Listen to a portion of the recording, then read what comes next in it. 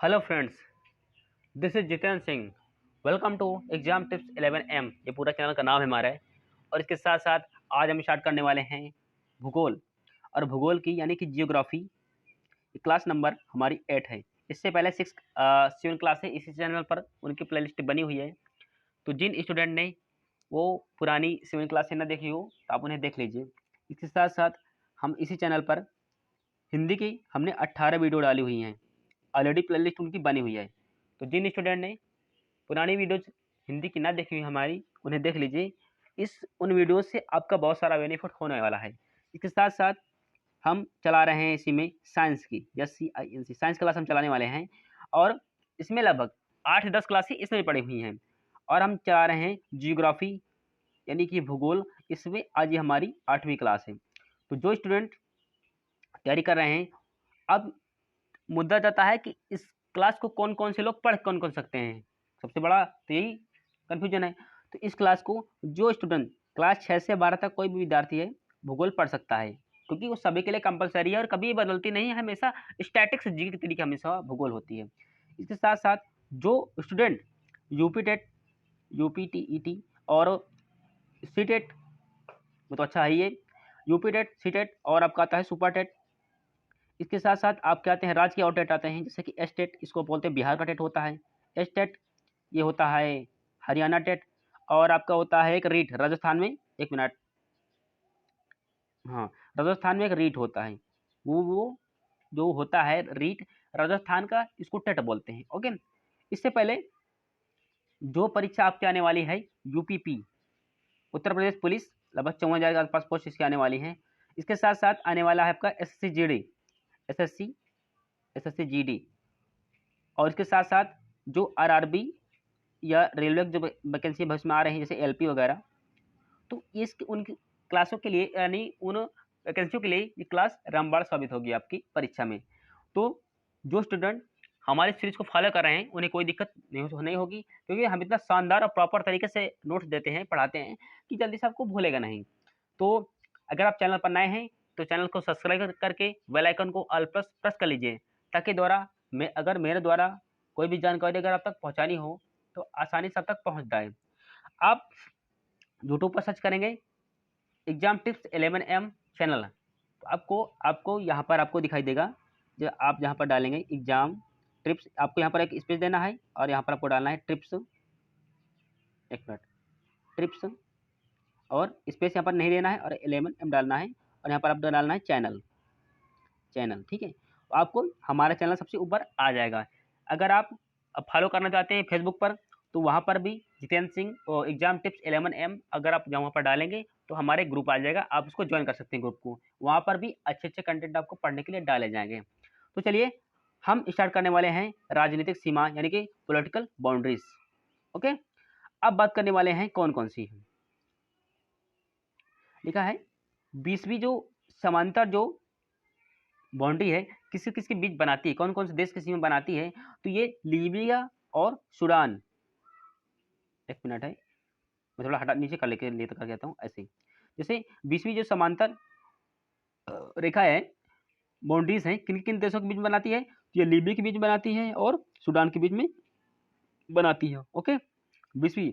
और ये इससे लगभग इन जो रेखाओं से आपका कहीं ना कहीं 2 या 3 नंबर का प्रश्न आपका पूछा जाएगा, इस बात को आप ध्यान रखिएगा। और ये आपके लिए वेरी मोस्ट इंपॉर्टेंट आपके लिए। ओके, कैसे ठीक है। 20वीं समांतर रेखा किसके किसके बीच में है, तो लीबिया और सूडान के बीच में है। ओके। अब बात करने वाले हैं हम 22वीं समांतर किसके बीच में है, तो मिस्र और सूडान के बीच में है। अगर 21वीं की बात आप करोगे, 21वीं समांतर रेखा तो लीबिया सूडान, और 22वीं समांतर रेखा तो मिस्र और सूडान। ओके। अब बात कर लेते हैं 25वीं समांतर रेखा, तो जो मरीटानिया और माले के बीच में ये रेखा बनाती है कौन सी, 25वीं समांतर। और ये इसका मैप है जो बनाने वाली हैं, आप इसको यहाँ पर से आप देख सकते हैं, ये पूरा है जी, जितना पढ़ाया गया है इसी में आपको प्रॉपर करके मिल जाएगा। ओके। अब बात करने वाले हैं हम इसी में मिनट, हाँ, अब लिखा है जो 38वीं समांतर जो रेखा है किन किन देशों के बीच में बनाती है, तो बात कर लेते हैं, ये उत्तर कोरिया आपको दिख रहा है, नॉर्थ कोरिया, और आपको यहाँ पर आपको ये दिखेगा, एक मिनट, यहाँ पर आपको दिखेगा, मैं थोड़ा बढ़ाता हूँ, आपको यहाँ पर दिख रहा होगा नॉर्थ कोरिया, और यहाँ पर आपका दिख रहा होगा साउथ कोरिया। तो यहाँ पर कौन सी सीमा बनाएगी बीच में, ये कौन सी बनाएगी, तो ये 38वीं समांतर रेखा यहाँ पर बनाएगी रेखा, ठीक है, ये दोनों को अलग कर देती है देशों को। यहाँ आपका LOC है, यानी कि लाल सागर है आपका, यहाँ पर जब जापान, ये जापान सागर यहाँ पर, ओके, दर्शाता है इसी को।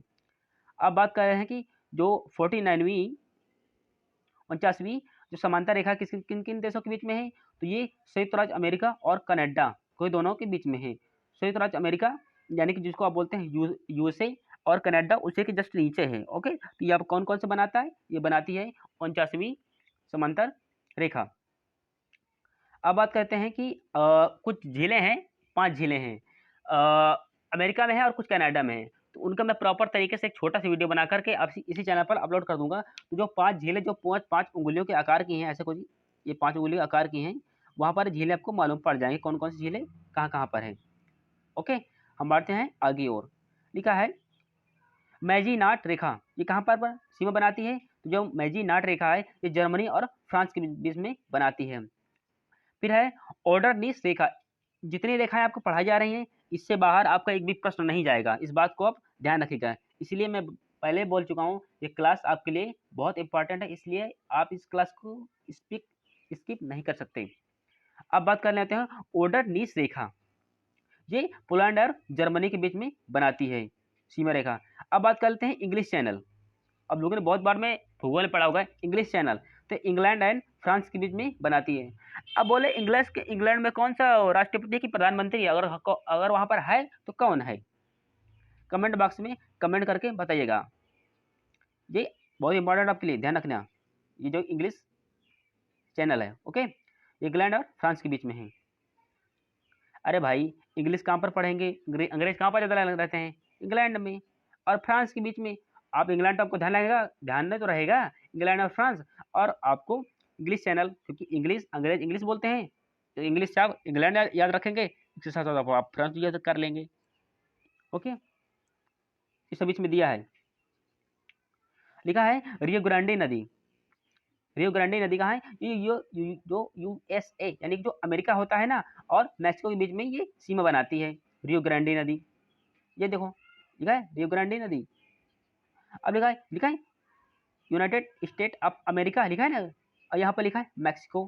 तो देखो गौर से ये सीमा बनाती कि नहीं बनाती, मैं कलर थोड़ा चेंज कर देता हूँ, ये देखो ये बनाती है सीमा, ये बनाती है, क्योंकि देखो गौर से, एक मिनट, हाँ, ये आपका मैक्सिको हो गया और ये होगा आपका यूनाइटेड स्टेट ऑफ अमेरिका, दोनों के बीच में सीमा बनाती है कि नहीं बनाती है, ये देखो बनाती है, कौन सी, रियो ग्रांडी नदी।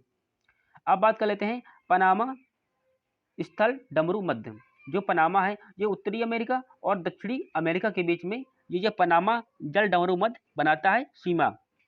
कैसे, उत्तरी अमेरिका ये आपको दिखाई देता है, और आपको दिखाई देगा दक्षिणी अमेरिका, यही ये जिसको आप ब्राजील वगैरह सब उसी में जाते हैं, तो कौन सा, पनामा जल डमरू मध्य आपको यहाँ पर दिखाई देगा। पनामा भाई बहुत छोटा है,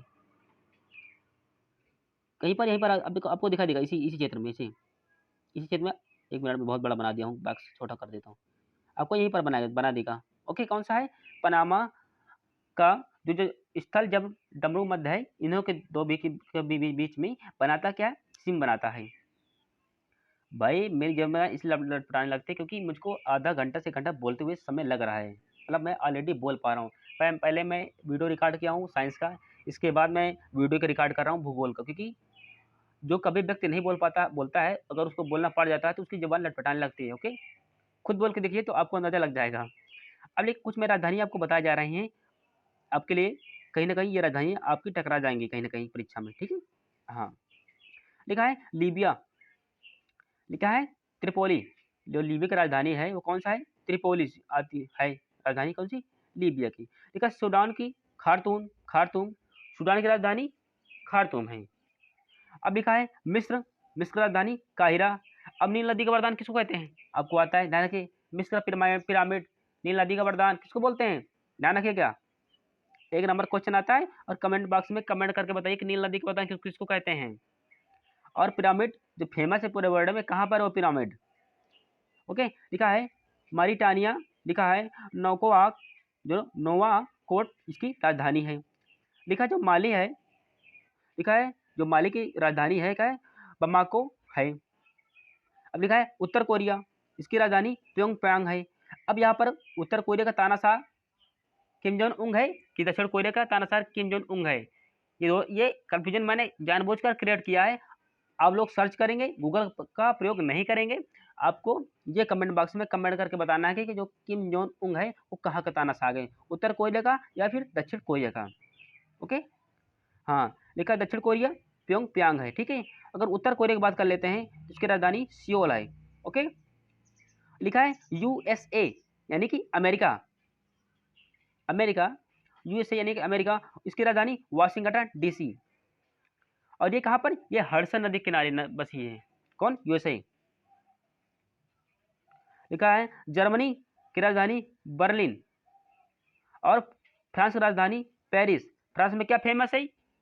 सेंट फैशन की नगरी फ्रांस। ओके, और पोलैंड की वरासा, वारसा पोलैंड की। इंग्लैंड की लंदन, लंदन में कोई किसी की बैंक कहीं पर है क्या? लंदन में, इंग्लैंड में। और मैक्सिको को मैक्सिको सिटी। तो मैंने प्रॉपर तरीके से आप लोगों को राजधानी बता दी, आप लोग इनको देख करके चलिएगा आगे। अब इसमें है कि वायु दाब यानी एयर प्रेशर। अब प्रेशर किसी का भी हो, चाहे वो माइंड का प्रेशर हो, ये हवा का प्रेशर हो, और दोनों प्रेशर, जो भी प्रेशर बहुत खतरनाक होते हैं। एक मिनट में थोड़ा स्लाइड देख लेता हूँ, फिर मैं पढ़ाता हूँ। चलिए 15 स्लाइड 15 खत्म कर देता हूँ, फिर अगला मैं अगले बताऊंगा, क्योंकि क्लास ज़्यादा बड़ी हो जाएगी और आप पढ़ते पढ़ते आप ऊब जाएंगे। ठीक है, हाँ, वायु दाब। हाँ, वायु दाब की बात कर लेते हैं। तो लिखा है एयर प्रेशर, लिखा है पृथ्वी की सतह पर, जो हमारी पृथ्वी है उसी की सतह पर वायु के भार द्वारा, जो वायु का भार है द्वारा लगाया गया दाब वायु दाब कहलाता है। पृथ्वी की सतह पर वायु के द्वारा यानी वायु के भार द्वारा जो लगाया गया दाब होता है वो क्या होता है? वायु दाब होता है। अब वायु दाब मापने की इकाई क्या है? इसको आप मिली बार में मापते हैं या आप मापते हैं पास्कल में? ओके, वायु दाब का मापने की इकाई क्या है? पास्कल है। अगर पास्कल आपको नहीं मिलेगा तो आपको वहां पर मिलेगा मिली बार। ओके, तो ये आपका एक नंबर कहीं ना कहीं आपसे प्रश्न पूछ लिया जाएगा। आप लोग इसको अच्छी तरीके से ध्यान रखिएगा। नेक्स्ट लिखा है जैसे जैसे हम वायुमंडल की परत के ऊपर जाते हैं वायु दाब तेजी से कम होता है, होता चला जाता है। कैसे? अब जैसे मैं पृथ्वी पर अभी फिलहाल हूँ, सभी लोग हैं। ओके, अगर मैं ऊपर की ओर जाऊंगा तभी इसमें एक प्रश्न पूछ लिया जाता है कि अगर कोई हवाई जहाज पर जाता है तो उसकी फाउंटेन पेन की जो स्याही है ना रिस जाती है। क्यों? क्योंकि उसका वहां पर जो प्रेशर है कम हो जाता है। प्रेशर कम होने की वजह से जो फाउंटेन पेन की जो स्याही वो रिस जाती है। ओके, ये प्रश्न एक नंबर का है। अब एक बार मैं इस पॉइंट को फिर से दोबारा रिव्यू करके बताता हूँ आपको। कैसे? जैसे जैसे हम वायुमंडल की परतों के ऊपर जाते हैं, यानी क्षोभ मंडल, सप्ताह मंडल, आयुमंडल और बाह्य मंडल, मैंने प्रॉपर तरीके से भूगोल का इन मंडलों का, वायुमंडल के जितने होते हैं, मैंने प्रॉपर तरीके से सविस्तार मैंने वर्णन किया है। इसीलिए जिन स्टूडेंट ने पुरानी वीडियोज ना देखी हो तो उन्हें देख लीजिए। मैं उन वीडियोज को आप लोगों को सजेशन देता हूँ, सलाह देता हूँ, क्योंकि आपके लिए इंपॉर्टेंट क्लासें हैं। अब लिखा है जैसे हम वायुमंडल में परतों के ऊपर जाएंगे तो वायु दाब कम होगा। अब इसमें अगला पॉइंट है, जो समुद्र तल पर वायु दाब अधिक होता है और ऊंचाई के साथ साथ घटता चला जाता है। अभी कहीं पर ये ओशन गेट की जो कंपनी थी वो, अरे कौन सा जहाज अभी नदी में डूब गया था ना, कोई क्या बोलते हैं, किसी सागर में कोई एक जहाज था, उसके बारे में भी काफी चर्चा हुई थी, मुझको ध्यान नहीं आ रहा है। तो जो पुराना जहाज डूब गया था उसको देखने के लिए वो पनडुब्बी गई थी।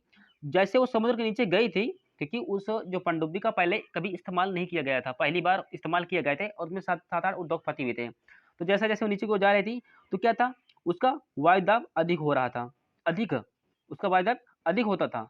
और ऊंचाई साथ साथ जैसे ऊंचाई साथ कम होगा, लेकिन जैसे ये वायुमंडल की यानी पृथ्वी की सतह के नीचे ओर जाएगी, समुद्र की ओर जाएगी, तो इसका वायु दाब अधिक होता है। ठीक है, अब जैसे जैसे नीचे गई तो इसका पूरे समुद्र का उसका वायु दाब इतना बढ़ गया, प्रेशर इतना हाई फाई बन गया, मतलब बढ़ गया, कि जो वो पनडुब्बी थी ना वो इतनी बड़ी, वो पचक कर के बिल्कुल पापड़ हो गई। बिल्कुल उनको इस बात का अनुभव ही ना हुआ होगा कि हाँ, हम कभी हमारा हमारा जान निकल गए, कभी हम मर गए। उन लोगों को ये तक अनुभव नहीं हुआ होगा।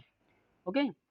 और ये जो वायुदाब होता है ना, जो समुद्र तल पर वायुमंडल समुद्र तल पर वायुदाब अधिक होता है, ये तो मैंने समझा दिया है। और ऊंचाई के साथ साथ घटता है, ये आपका जो पॉइंट है कहीं ना कहीं आपको टकराएगा और एक नंबर आपसे पूछ लिया जाएगा। तो हमने आज 15 स्लाइड तक खत्म कर दिया, पूरे 24 स्लाइड हैं। तो भाई मेरा माइंड और जबान दोनों लटपटा रहे हैं, और फिलहाल मैं इतना कर पाऊंगा क्योंकि मैंने कभी इतना किया नहीं है। तो ठीक है, तो थैंक यू फॉर वाचिंग। जो लोग वीडियो को लास्ट तक में बने रहे होंगे उनके सभी डाउट्स क्लियर हो गए होंगे। मैंने अपना मैंने किताबों से, भोजनों से जितना मैंने सीखा है, प्रॉपर तरीके से मैंने बताने का आपका भरसक प्रयास किया है। तो थैंक यू मेरे दोस्त, थैंक यू फॉर वाचिंग। इस वीडियो को जितना हो सके आपने, जो आपके अगर आप स्कूल में पढ़ते हैं, कॉलेज में पढ़ते हैं, तो आप अपने फ्रेंड्स के साथ इस वीडियो को शेयर कर सकते हैं। उन्हें सजेस्ट कर सकते हैं कि भाई मैं तो इस क्लास से पढ़ रहा हूँ और मुझको बहुत सारा बेनिफिट हो भी रहा है, आप लोग भी इस क्लास को फॉलो कर सकते हैं, पढ़ सकते हैं। बिल्कुल फ्री क्लास है, इसका 1 रुपया कहीं पर भी चार्ज आपको नहीं लिया जाएगा। ओके, तो थैंक यू मेरे दोस्त, हम वीडियो को यहाँ पर खत्म करते हैं। धन्यवाद।